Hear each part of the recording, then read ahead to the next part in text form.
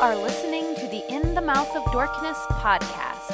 Here are Brad, Lisa, Brian, and Darren. Welcome to another edition of the It podcast. With me is Brian Young, the Turtle Dork. Hey, folks. How y'all doing tonight? Also joining us is Lisa Gullickson, Wife Dork. Jill Winston. Nailed it.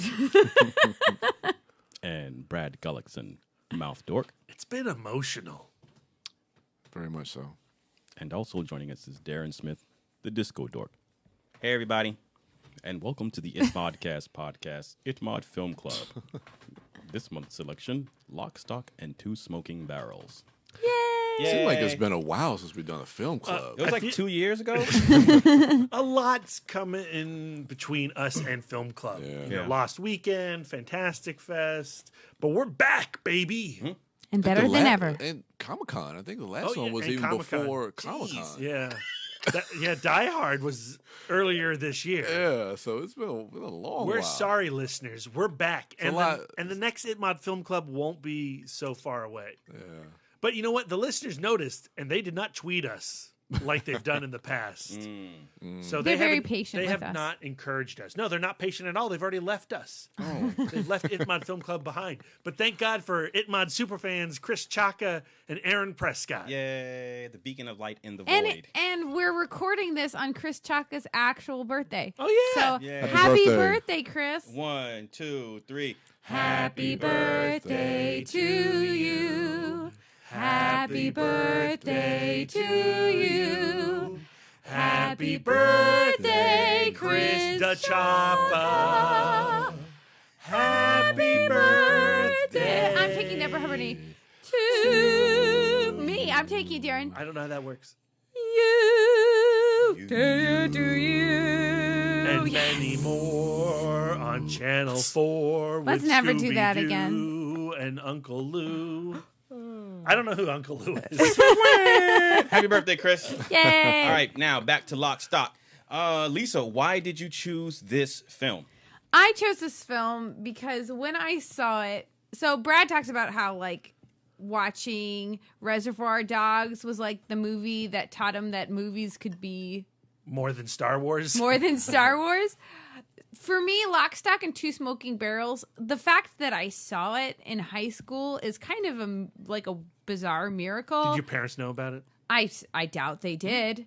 And it showed me that movies could be really cool. And it really started my love for like the twisty, plotty, schemy crime kind of thing. And for me, the end of this film is like the like textbook example of like shit coming together at the end of a film. Just so many coincidences like coalesce into just the ultimate clusterfuck of a beautiful ending. So yeah, so like for me this set the bar. Like from then on I was like movies are fucking cool and I should really watch more than just musicals. Yay. Thank And you, High Guy Fidelity Ritchie. again and again and again. So you had seen High Fidelity before Yes, this? yes. And High Fidelity was probably my favorite movie besides Head before this movie. All right, so what is Lock, Stock for the uninitiated? Well, The Lock, Stock, and Two Smoking Barrels is about these four friends who pool their money to be in this big gambling thing, and the shit doesn't go smooth. Yes, the entrepreneur, the hustler, the gambler, and the chef. Yes. One of Jason Statham's early roles. He had I know. hair in this. He's That- so young. That is Chris Chaka's first ITMOD Film Club tweet. Jason Statham with hair. Yeah. Oh, actually, he says, wow, Statham almost has hair. Yeah. That was one thing I looked at watching this film. I was like, Jason Statham, first thing I looked at was his head. I was like, does he have a full head of hair? Or it's like, it's still kind of balding. Still kind of balding. But- He has a little more hair in Snatch. Yeah, he does. He does. He let it grow out a little bit. But he doesn't look like today Jason Statham. No. And like he's not all buffed and shined and Hollywooded out. He's still like kind of like skinny and weird looking and but cool. Charmingly so. But Yeah. the first thing about this movie that grabs me as a viewer is that relationship between the four hustlers. You know, they are all charismatic and excitable, and you immediately put yourself on their team. And there are a lot of teams in this movie. And, you know, of course, you love Vinnie Jones and his kid. Yeah. But Chris, little Chris. Yeah. Yeah. Oh, Big Chris. but Little Chris. from the get-go, the movie wants you to be with these guys, and you fall in love with them, and you want them to get their dreams. But they ultimately do not deserve their dreams, and we know it, and they know it. But do any of us deserve our dreams, Lisa? Most certainly not. No. So before we get into the story, Brett, I just want to touch upon what you said as far as you falling in love with these characters and joining their team. Would you agree to that, Lisa? I absolutely agree. Yeah. And secondly, would you say that a large part of that also has something to do with the dialogue, the unique dialogue? It's and so how Guy Ritchie, snappy. It's snappy dialogue. I also like how he integrates the rhyming slang. Well, I mean, you know, you've seen Cockney slang in films before, but I find what Guy Ritchie does is by, you know, embracing the rhyming scheme of Cockney with his editing style, Absolutely. the action of the movie becomes the dialogue. Oh, absolutely. And his music choice. The soundtrack's fact so good. his soundtrack really feeds the energy and the feel of the thing and adds to that like kind of gangster cool thing. Yes. Connecting Lock, Stock, and Two Smoking Barrels to Quentin Tarantino's Reservoir Dogs certainly feels right, but what I appreciate so much about both films is how they come from a fanboy place. Obviously, Guy Ritchie and Tarantino grew up consuming Yeah, you could tell. culture, cinematic culture, like the four people in this door cave. But Lock, Stock is not a Miramax indie in the same way that Reservoir Dogs is. I mean, it is very much a unique entity. Yeah. Just the Instagram filter that's over everything. that Oh, color. that sepia tone Yeah. type of, So, Lisa, the story, which you mentioned, like the end of the film and how you love how all of these crazy threads come together, but it starts out simple enough, and that's I think the beauty of it, because it starts out simple, it gets really crazy, and then for it to beautifully wrap up at the end is a miracle, and I think that's what you were speaking about. Absolutely. And the way we just kind of in the beginning move from one story to the next, and they are seemingly not that connected. This movie also makes a great rewatch. Yes. Because the first time you watch it, you're just like, my mind's blown. So much I have connection. no idea what happened. And then this is probably, I don't know how many times I've watched this movie, a whole bunch. And this time I was actually taking notes because I knew we were going to do this cast. And I think that I followed it the best I've ever followed it. That's gotta Like, I want to draw a chart. Like, I'm inspired. I want to do a flow chart. You need to do a Last Dragon mind map. That's right. I should. So it starts out simple enough. So there's the gambler of the group. What he's going to do is he's going to take some money from the rest of his friends and a chunk of his own, and they're going to pool it together, and they're going to buy into this card game. Right. Because Yeah. because the friends believe that they believe in him and his skills, and they know he's really good at playing cards. So they trust in him enough to each give him, what is it, like $25,000 a piece or something like that. And they're all he's known for being a really good card player Right. because he's exceptional at reading people. Yes. Yeah. So they're all giving him this money with the expectation that it's a sure bet. What do you think about Nick Moran as the gambler, as Eddie? Eddie. You know, Jason Fleming, Dexter Fletcher, Jason Statham, they all kind of become fixtures in cinema. But Nick Moran, outside of, like, you know, popping up in some Harry Potter movies, he's not the face that the other guys are. And Guy Ritchie didn't use him again. Yeah, that's what I thought right? about as far as like him being used in a lot of other Guy Ritchie movies, whether it be Snatch or some of the other movies he made. I haven't really seen him in anything outside of like Lock, Stock, and Two Smoking Barrels. And he's really kind of like the linchpin of this movie. You really kind of follow his character and his journey. So it's kind of interesting to not really see his his career maybe kind of flourish in the way that Fleming and Jason Statham and Vinnie Jones kind of did. But I mean, Nick Moran has certainly appeared in a myriad of movies. If you go to his IMDb page, he probably has just as many credits as somebody like Jason Fleming.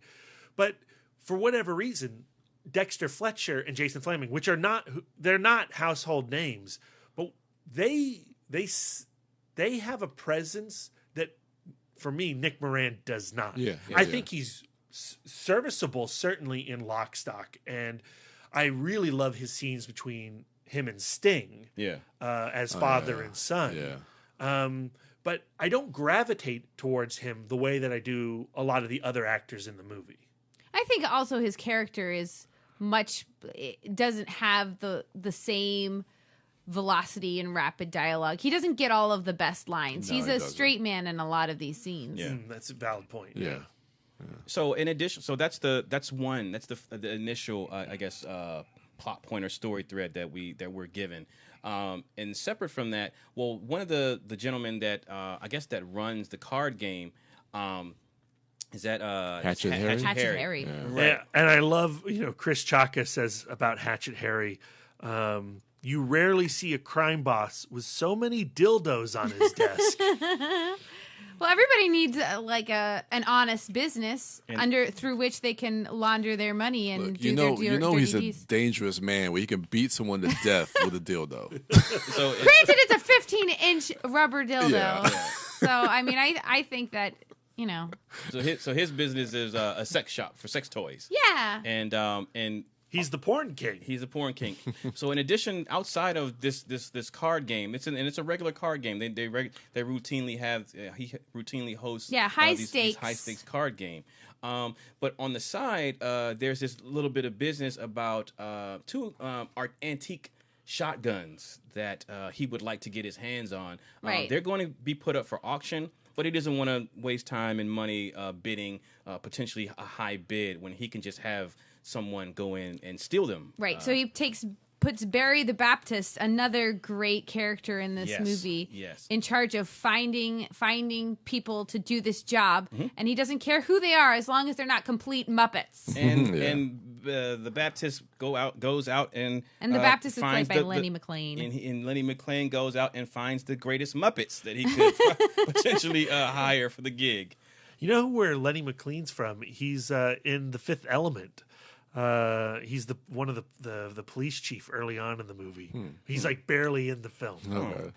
So he doesn't even have a picture on his IMDb. He's just the gray man. But he has such a great face, a great visage, and a voice, like gargling gravel. Yeah. And so that there's that bit of business about the shotguns being stolen. So then also we have the bit of business about the gang, Jason Statham and the gambler. So Bacon. Jason Statham's name is Bacon. His character's name is Bacon in the film. They live next door to this group of drug dealers, right? That steal from other people, if I'm not mistaken, right? So they're okay. So now this is going to start. Dude, it's like I'm going to be impressed, Darren, if you can do this movie beat by beat. Because it all makes sense while you're watching it. Well, no, I'm just trying to set up the different threads because that's what the movie does. It reminds me of somebody doing a braid, like braiding somebody's hair. Like you have all of these different pieces, and then you just kind of bring them together. Yeah. And in retrospect, it's crazy how clean this is, and the fact that on a first watch you can accept there are all of these characters and all of these settings, and once you see there's 6 places where this movie happens. Yeah. It happens. Post the cards. Post the cards. We just have Bacon and Eddie's apartment. Yeah. We have Harry's office. We have essentially Kenny and Gary's car, but also the house from which where the guns are at, and and Nick the Greek's place. And Rory's place. And the bar. And the bar. Right. 6 exactly. Don't think of any more places, guys, because I nailed it. 6 exactly. So, On the porn shop, Lisa. I did say that. That's Harry's office. Oh, Harry's office, yeah. Dildo Central. Yeah. So I focused on the business end. Brad focused on the porn All about end. the dicks. I love rubber dicks. But, like, it's a lot of cards to lay out in the beginning of a movie. Right. Yeah. And like you said earlier, they seemingly don't have anything and then the weed house. Oh, So that's sad. 7. Oh yeah, the weed house. Yeah. Yeah, that's really And which important. is bridge. which some great scenes happen at the weed house. Oh, absolutely. But like you said, they seemingly don't have anything to do with one another. But as the film progresses, these characters cross paths, and Guy Ritchie, even though like if upon scrutiny, you could potentially come away with it maybe seeming like contrived or just conveniently set up. Well, but the way coincidence guys is certainly at play here, but you can just file that under like Fiction? Murphy's Law. Right, but the way Guy Ritchie presents it to us with the dialogue and with the characters as they spit this dialogue, becoming, adding an extra layer of charm where you just buy into it. Like, honestly, I think that, like, in terms of, like, cinematic plot gymnastics, he fucking sticks the landing. It's amazing. It's like, amazing. you can lay out all of these parts, and I dare you to find a plot hole. It's, to me, I think that it is seamless. Granted, I love this movie, but I've watched it and I've taken notes, and, like, all roads lead to Rome one way or another.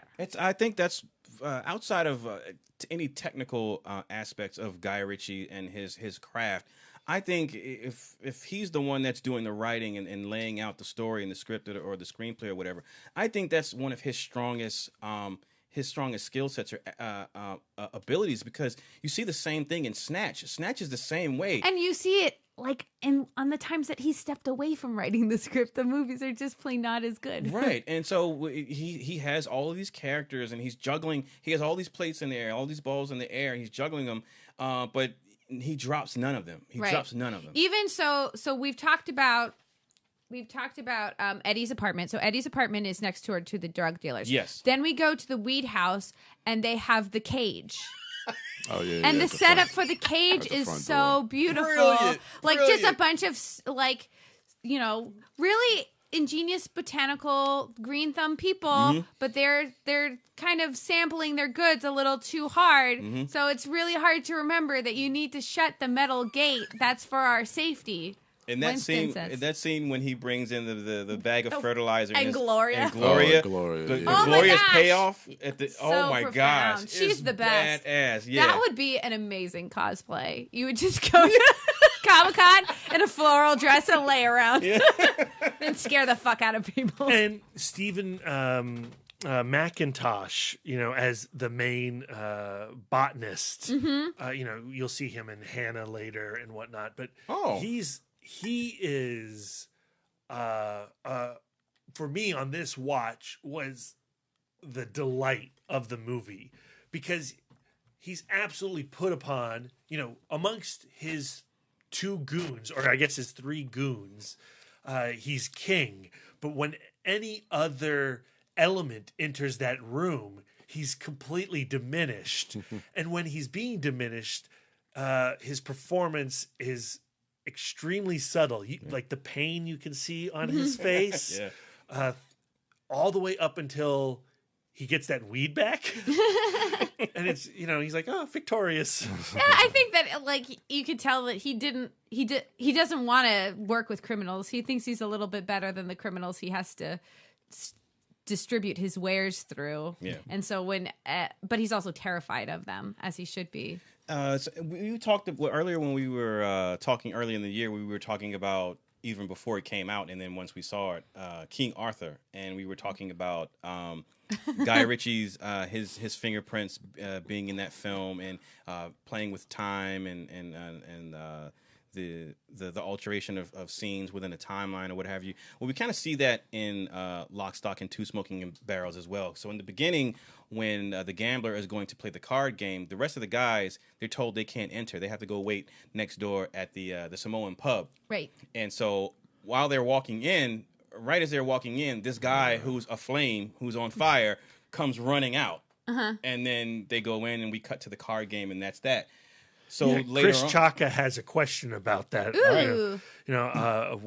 That's what is with the burning bloke coming out of the pub? okay, It's a heck of a joke, but there's something more to it? yes. So later on, we're introduced to this character named Rory. Right. And we first see him. He's in the background while the guys are in the pub. Rory's in the background watching watching a football game on television.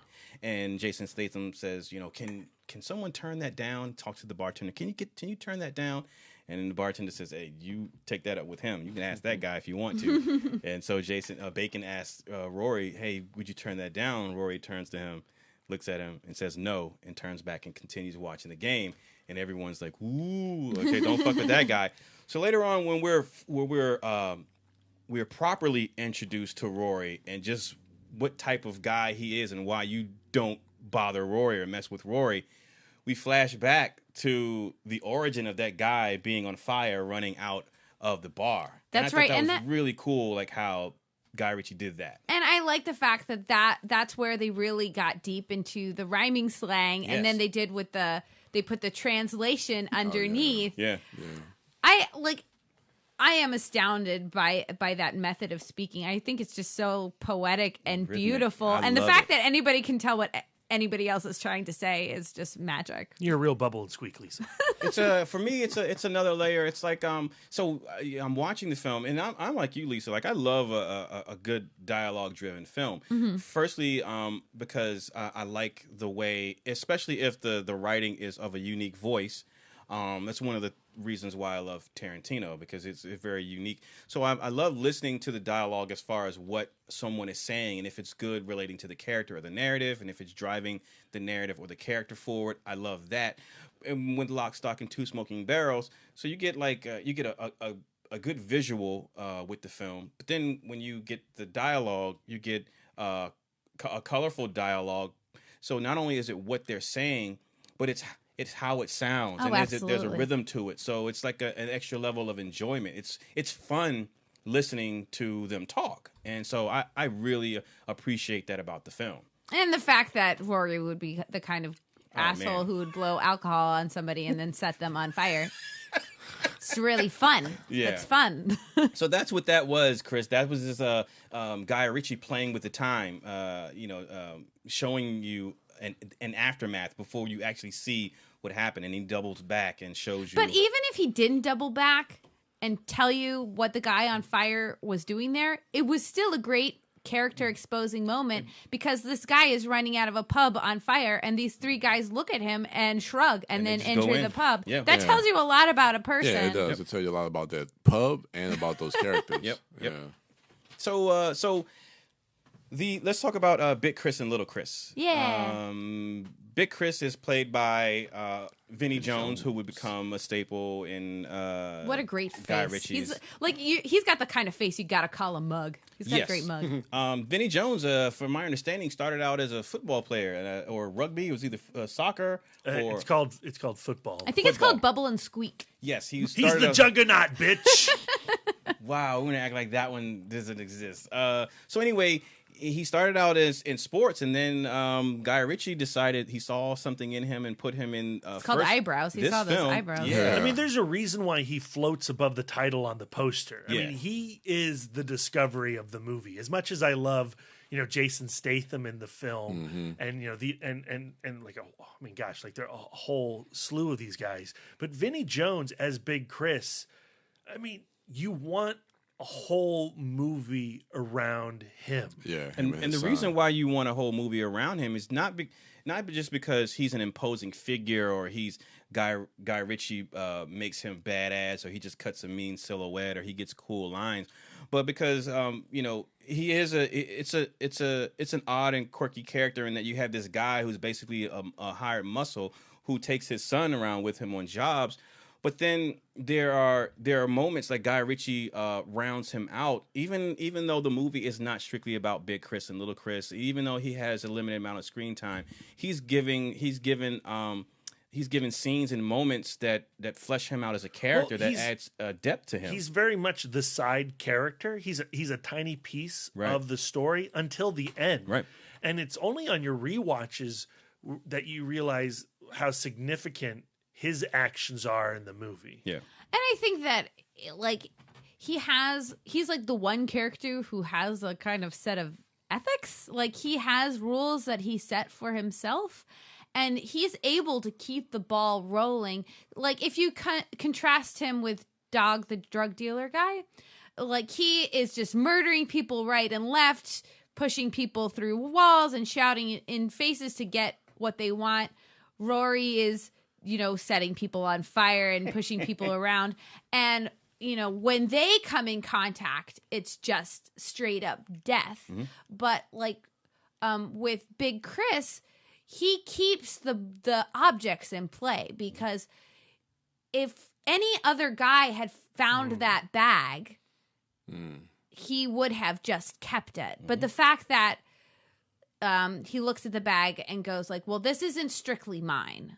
And I can't teach my son that you can just take something that doesn't belong to you. So he brings it back to Harry and then sees what's happened to Harry. And then he takes it back to the guys, but with that little gift inside. So he, in his his ethics become this unmovable force that the plot can ping pong off of and keep everything rolling. I mean, since we just jumped to the ending there, that moment where he returns the bag and he says, I know you guys are more than meets the eye, basically. Mm-hmm. Which they're totally not.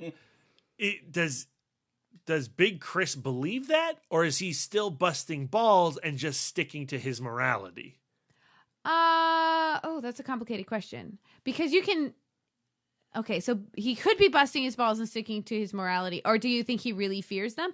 I think that he does not know what happened, and he's not going to risk it. I think, I go back and forth on the rewatches. This time, I felt like he was telling them that they are beneath him, but it is about little Chris. It is about returning. It is about returning the balance, right? For him, right? It is about his ethics, and he lays it out there. Like, if you don't think that this deal is fair, you can find me, but you better have that white flag. And he gives them the catalog exactly. And so I mean, he does give them an opportunity to benefit from this deal, right? Lisa, did you take any notes as far as like the escalation? Firstly, do you feel that there is a sense of escalation as far as it maybe seemingly spinning out of control? I don't see it as so much as escalating as just shit starts crisscrossing. Well, I think the word spinning is interesting. I think it's all about Guy Ritchie spinning plates. He has all these plates in the air, and he maintains the balance. And so often when you watch, post Lock, Stock, post Reservoir Dogs wannabes, they put all the plates up in the air and they don't necessarily keep them spinning. No. Yeah. Right. But the timing of everything, the fact that they can send, the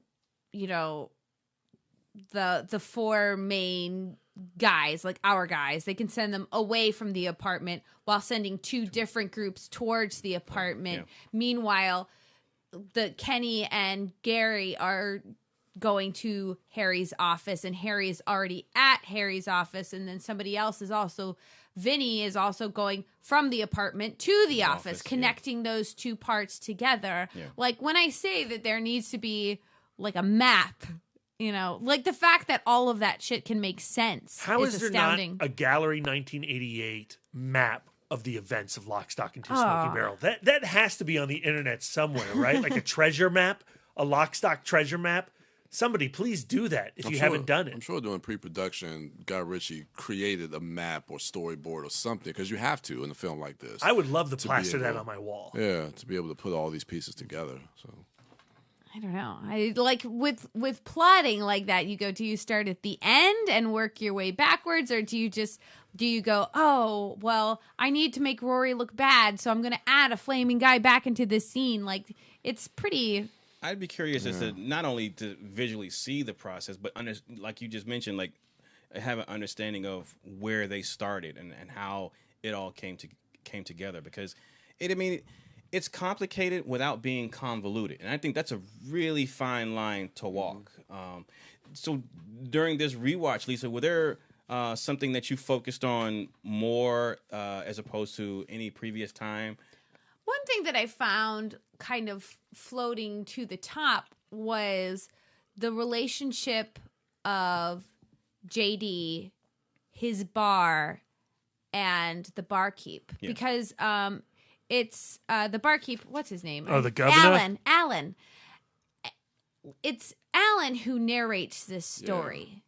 Yeah. And Bricktop. Yeah. and and JD has kind of like this kind of force within the movie in that Eddie is afraid of his dad. Mm-hmm. And so he's trying to do this all on the down low without Sting finding out. But somehow JD manages to stay on the outside of this entire story, as does Alan. And I just wonder what is their purpose besides just kind of giving Eddie some depth of character and motivating Eddie to resolve this in kind of a quiet fashion. It is interesting to have Alan Ford narrate the movie, and he is certainly a godlike narrator. Mm-hmm.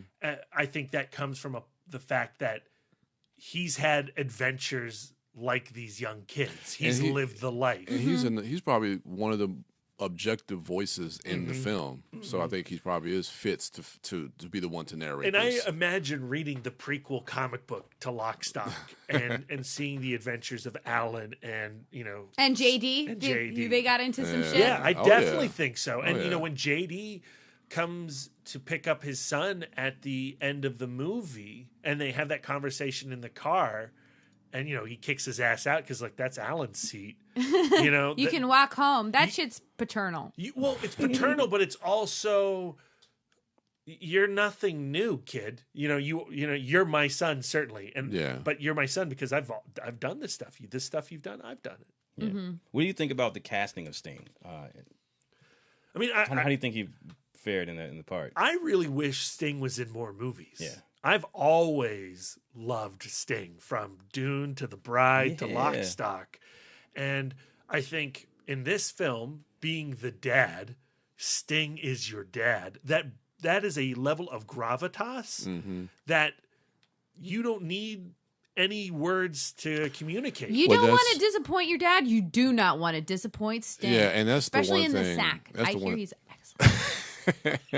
That's the one thing I picked up on watching him. He has this quiet intensity about him, so you can understand why Eddie has this intimidation towards his father. Intensity and contempt. Yeah. Yeah. And that's what I really like about his performance.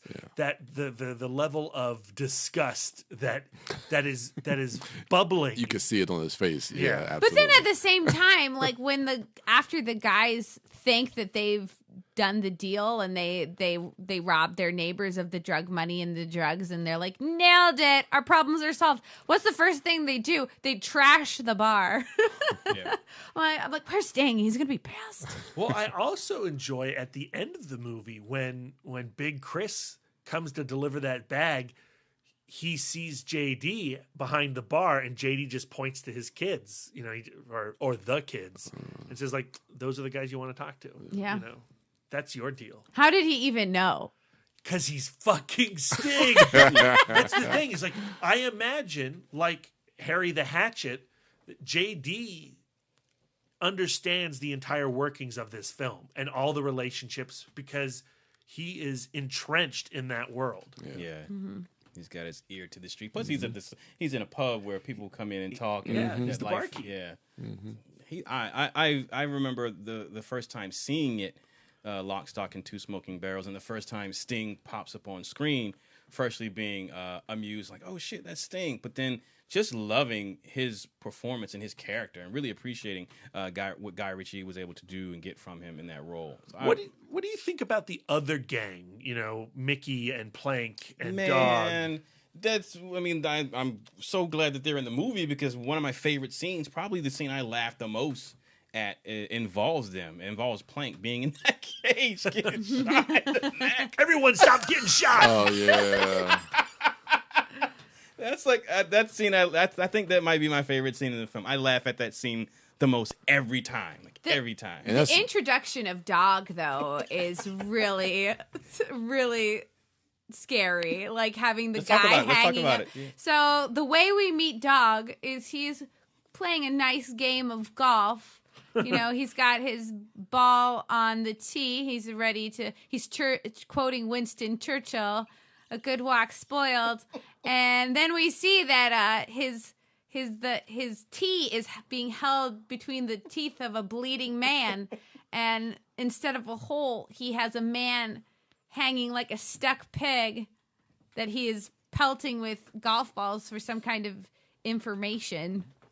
That's a terrifying dude. Yeah. I love the talk about Instagram filters. The backdrop of that game, the wallpaper, the woods. I mean, it's very effective. It's very gross and ugly and super London. Well, it's clearly the house of the guy who's hanging. Right. You know, so the man, so Dog enters his home and goes, what's going to humiliate this man the most? Having his love of golf rubbed into his naked upside down face. Yeah. You know. What did you think about that gang? Dog.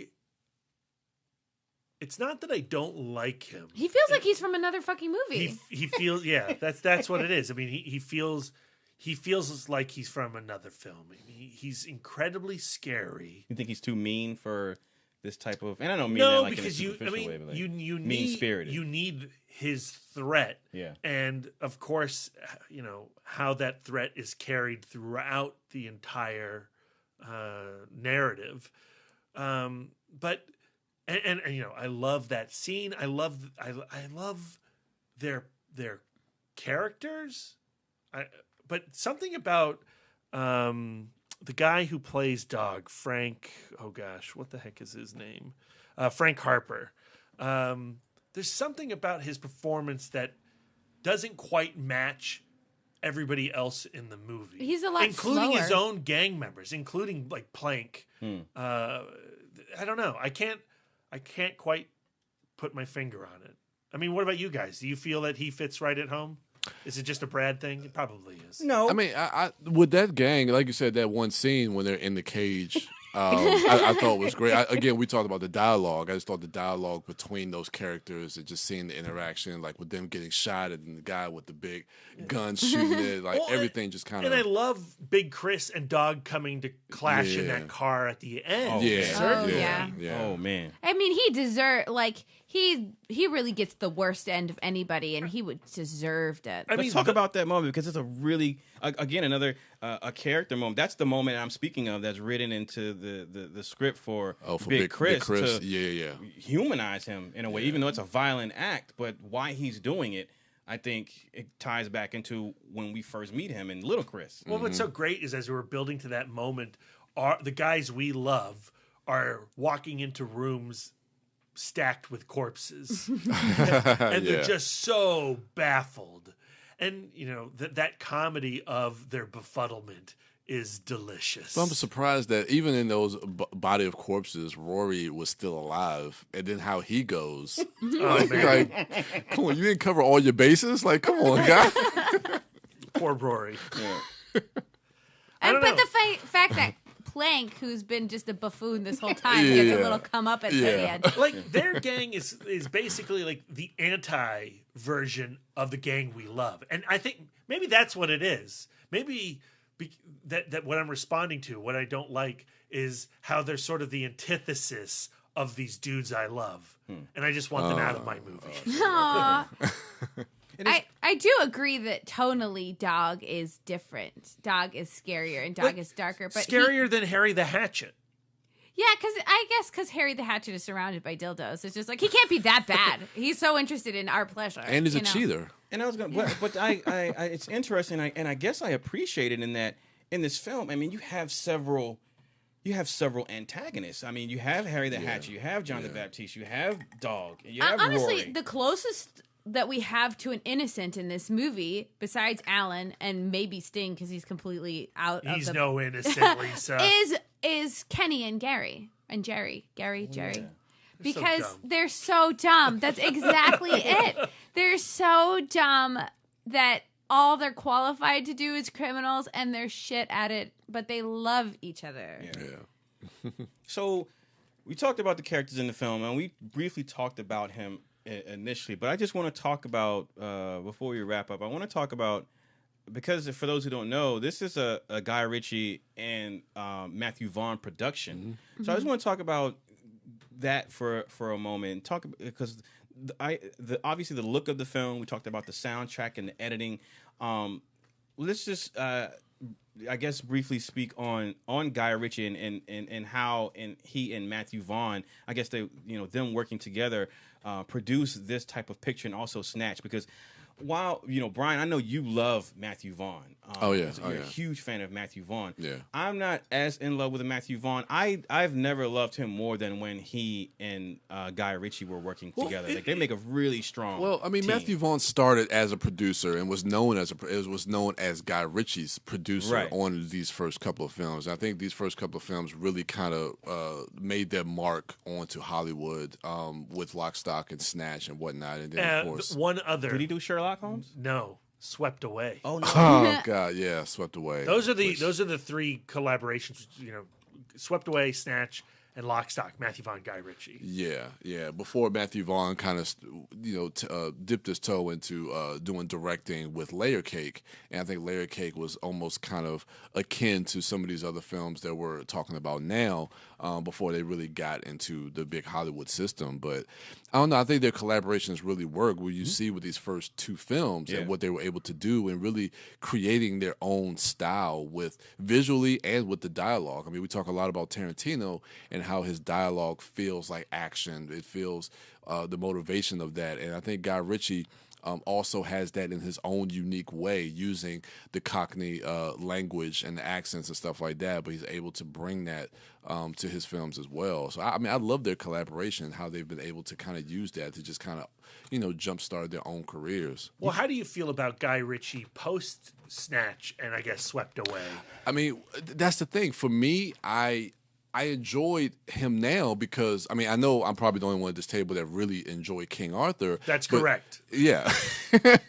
And, but I do like, I love that movie, to be honest. I really do. But I feel like that King Arthur was him being able to use his style that he had from Lock, Stock, and Snatch and take that into a big budget Hollywood production. And it was the one time for me that I felt like he was able to kind of do his own thing and bring his style back that we really haven't seen. I don't know. I really see Guy Ritchie in Sherlock Holmes. Well, yeah, Sherlock Holmes is not Man from U.N.C.L.E. I see. Yes, I do see Guy. Like, it does feel like a Guy Ritchie movie, but it doesn't feel like the same Guy Ritchie who did Lock, Stock, and Snatch. But I agree about Rock and Roller. Rock and Well, Roller. that's what I wanted to talk about. You know what? I've never seen Rock. Really? That's a good homework. I'm writing that down. How's that possible? I've never seen Rock because I heard mixed things. It just kind of I just missed it, and then everybody. That's my favorite Gerard Butler movie. Oh. Yeah, and I know Idris Elba is in it. Toby Tom Hardy. Toby Kebbell's in it. Tom Hardy is in it. Handsome Bob. Yeah, I heard mixed things about Rock and Roll. Not from this table, Really? sir. I love it. Okay. That would be a fun discussion too. Okay. Yeah, I've never seen Rock and Roller. Also Revolver, right? Revolver was a movie he did. I heard that was not. You haven't seen Revolver? I haven't seen Revolver, but I heard that's one of my lesser favorites. Guy Ritchie. That is easily my least favorite Guy Ritchie. At least in Swept Away. I haven't seen Swept Away. Yeah, Swept Away is the only Guy Ritchie movie I have missed. Yeah. I haven't seen Revolver. You know what? I don't know. It'd be kind of curious to get your takes on those movies. Brian, you have to watch Rock and Rolla. I want to check that out. Tandy Newton's in it. She's great. Okay, yeah. There's a great dance number, like Tandy Newton and Gerard Butler dancing. It's like Lisa and Brad. Yeah, put a pin in that. You should check out Rock and Rolla. So Rock and Rolla, that felt like it was because he did that like when the mid or 2008. late 2008. 2008, It's and more it in seems line. like he was kind of going back to his Lock, Stock, and Yes. Snatch. Yeah. Because Okay. there's a simple premise. When Lock, Stock, we had 2 shotguns, and Rock and Rolla was a painting. Okay. But then Spirals things out of control. and all these different characters. and Yeah, I would threads love to. I come would love to together. check that out. Yeah. Yeah. But so I guess closing up with Lock, Stock, and 2 Smoking Barrels. Lisa, let's just talk about the ending. You talked about briefly in the beginning how one of your favorite things in the movie is how all of these threads, these energetic threads, come together beautifully, and how Guy Ritchie is able to stick the landing. Let's talk about the ending. So the movie ends with this big fat question mark, which, like, this whole movie is about momentum and everything is still moving. And the fact that you end the movie still moving, the adventure is not over. These guys have not saved themselves yet. It's such a it rips the satisfaction from the audience in the most satisfying way. Yeah. If that makes sense. The That idea does. that, these 4 guys, they come close to their dreams. Oh, it's pulled away. They come close. Oh, that's pulled away. It falls back in their lap. Oh, no. And then to say, we're not going to tell you how it works out for these guys. Well, the fact of the matter is, like, even though we love these guys so much Yeah. and we do want to see them come out on top one way or another, they don't deserve it. yeah. They Yeah. are human garbage. Yeah. And so, like, the fact that it could go either way, and you kind of like, oh, I would like to see how it would end, either way. Right, yeah. They don't deserve to be any richer. Okay, round robin around this table. Do they get the guns back? Brian. No, I don't think they do. You think that Tom would toss the guns before answering the phone? Or letting go. His options are answering the phone, Yeah. tossing the guns, or letting go. And then falling to his death? Well, That falling does into the not water. happen. What do you think, Lisa? I think that he really doesn't want to drop those guns. So any excuse not to drop them. So I think he sets them back down on the ledge and answers the phone. And then do they get that 200 to 300,000 No, pounds? they'll never get it because they're going to try to auction it off, and they'll either be stolen or something. But they will be. The rest of their lives will be just the chase of that 125,000. 20. It was 250. Yeah. Well, the- yeah, 250,000 pounds. The book has it 200 to 300. You're right, Lisa. Because like you were saying before, the movie has to keep that momentum going. I want- think that he would answer the call. Yeah, A 2018 sequel in which they're still trying to get money for those guns. Yeah, perpetual. I think because the movie ends on a freeze frame, listeners. Yeah. If what Lisa's referencing, so we are denied closure or a finite ending, like Brad And that suggested. shot of him with the phone in his mouth and the zoom in, it's Yeah. just so fucking good. That's I think that they dropped the bag, but then for me, I would have them just go down in the water and get it. Like just go jump in they're the water. ruined though. They're metal guns. Like what? You can try them off. Just, I mean they're antiques. They wouldn't be worth anything. No. Well, not as It much. just touches the water for a short moment, and then you put it in some sort of tanning bed. 5-second rule. Yeah. the tanning bed comes back. Yeah. Yeah, but Lisa is not. She's not wrong in that the movie ends perfectly. Because it doesn't. It does even with it ending on the freeze frame. The freeze frame is we were freezing a moment of forward motion. I mean, the story is still going, even though the frame ends and we don't have the answer, we don't have the closure. And so I think it makes sense. It does make sense that these guys are, because they are stuck in their ways and who they are, they're going to be stuck in a perpetual loop of, always chasing this carrot. Yeah, and it freeze frames on a choice, which keeps the conversation going between the people who saw the film. So I thought that was pretty cool, pretty interesting. Yeah. So Finally, Aaron Prescott on Twitter. Ron. Yeah, at a cool hand fluke. He says, "What a wonderful surprise to realize that Rob Brydon has a small part in Lock, Stock. He's the cop who gets punched and tossed into the van of weed." Rob Brydon's from The Trip and the trip to Italy and the trip to Spain. Yeah, I did not realize that until your tweet, sir. And then rewatching the film, I, of course, was hyper-focused on his performance. I found myself really, really enjoying Rob Brydon. Yeah. Especially when he wakes up and he is punched by Plank in the skull. Yeah. And then at the end, when he says about Nick Moran, "Nope, that's not the guy." Like, just like, no, that's not one of the guys. The look of disappointment, the hidden disappointment in his face, strong performance. All right, so good pick, Lisa. Thank you, of course. Thank you for watching and talking this with me. Absolutely, Yeah. it's a great movie. It was only my second watch, to be honest. Really? Yeah. Yeah, I mean, I saw it when it first came out, maybe around 2000 Yeah. or 99, and I just haven't really revisited. And how do you feel like you followed the twists and turns? I was able to follow to a degree. There's a lot of characters and names of characters, and then the language is a little heavier than it is in Snatch. Except for Brad Pitt. Yeah. But I found myself really kind of enjoying it this time around, but still finding myself a little hard to kind of follow, but just kind of overall, just following some of the narrative beats. But I really enjoyed it. It's interesting to watch the film with the idea that you're going to lead an hour discussion on it.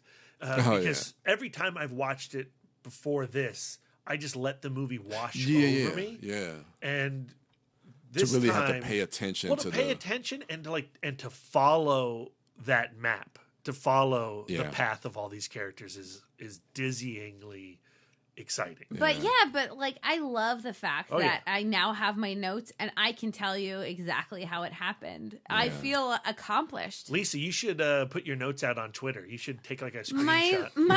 My spelling is a little embarrassing. No one cares about spelling. 'Cause I'm in a hurry. On Twitter? Do you think people care about spelling on Twitter? Yeah, really. Well, follow my Instagram. Maybe I'll do a collage of some sort.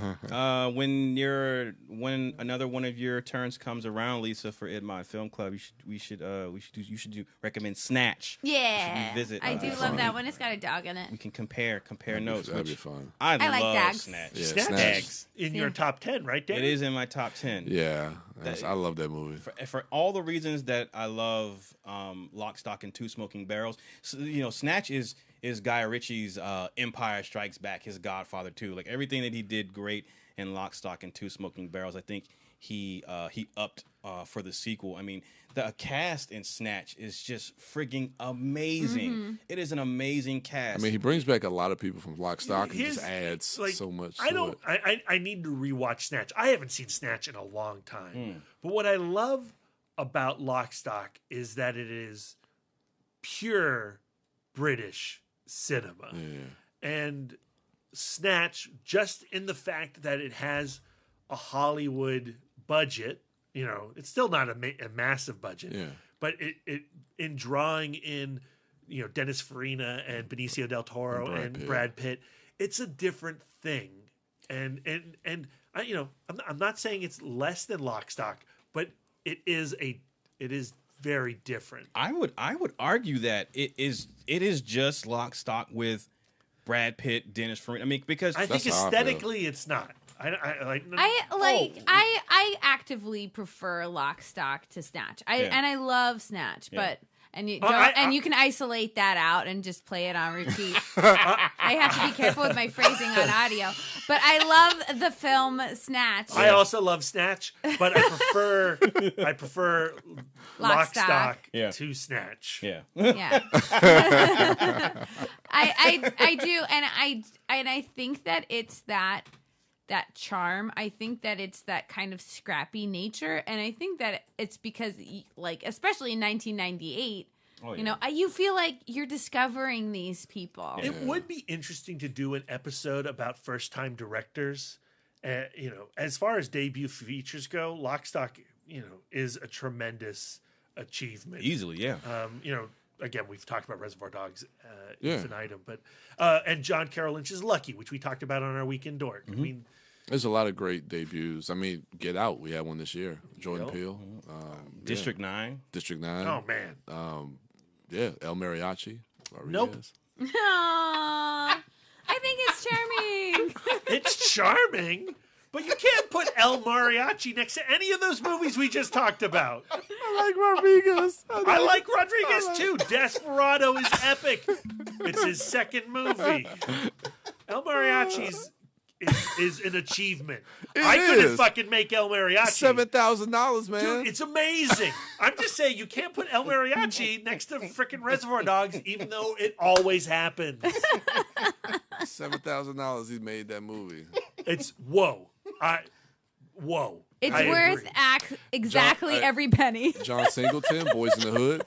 Yes. Yeah. Again, Boys of Hood, way better than El Mariachi. Okay. I like Rodriguez. I'm I sorry. do too. Sorry I led with that. I'm sorry. We'll have to do that. Even if it's got to be like a fistful or something like that. Yeah. We gotta have a discussion about first time filmmakers. I think that's a really great discussion to be had there and a great episode. So Let's start November off when we get through all our October Spooky stuff. fistfuls. Oh, that sounds dirty. Count Chocula. When we get through all that, let's do a fistful of first timers. Yes, sir. That'd be cool. Yes, sir. All right. That'd be cool. El Mariachi will not be on my list. That's good because it'll probably be on Brian's list. We Thank hate you. to Yeah, cross. the discussion Better be cross number the 5. streams. All right. So are we gonna give them the next film club first? Yeah. All right. Yeah. So that's your pick, B. Yeah, I get to I'm pick so it. stoked I'm excited. Uh-oh. I don't know. It's hard. to beat the awesome movie that your wife chose. It's hard. I agree. follow that Like up. a 15-inch cock. It's hard. Okay. Dildo, Lisa. Dildo, Lisa. Wow. No, she said cock. She knows what she meant. Okay. I don't know what I'm talking about. I'm getting punchy. For me, ITMOD Film Club has been about representing all 4 dorks. Picking a movie that we all love equally. But I'm going to pick a movie that is very, very is definitely Brad. I know Lisa likes it. I know Darren likes it. I think Brian's seen it at a Hess Fest. But I want to go with the original Planet of the Apes. Yay! 1968. I Okay. don't think I have. Okay. I haven't really seen any of those movies. Yeah. Did you sleep through it at Hess Fest? I'm sure it played at some I've point never been to during Hess the Hess Fest. Fest party. You've You've never been to Hess Hess Fest? Maybe I have You know- when he roomed with Paul. Maybe Yeah, I went to yeah, one yeah. way back. Well, there's a Hess Fest coming up at the end of October. This is really exciting for our listeners who are like, what the fuck is a Hess Fest? It's a Charlton Heston Film Festival that original dork, the Omega dork, Matt Constantine, puts together every Okay. October.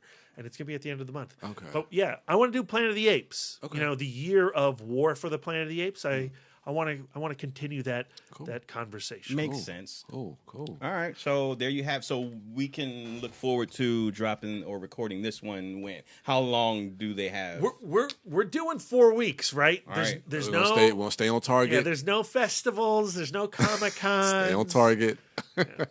So Red 5 standing by.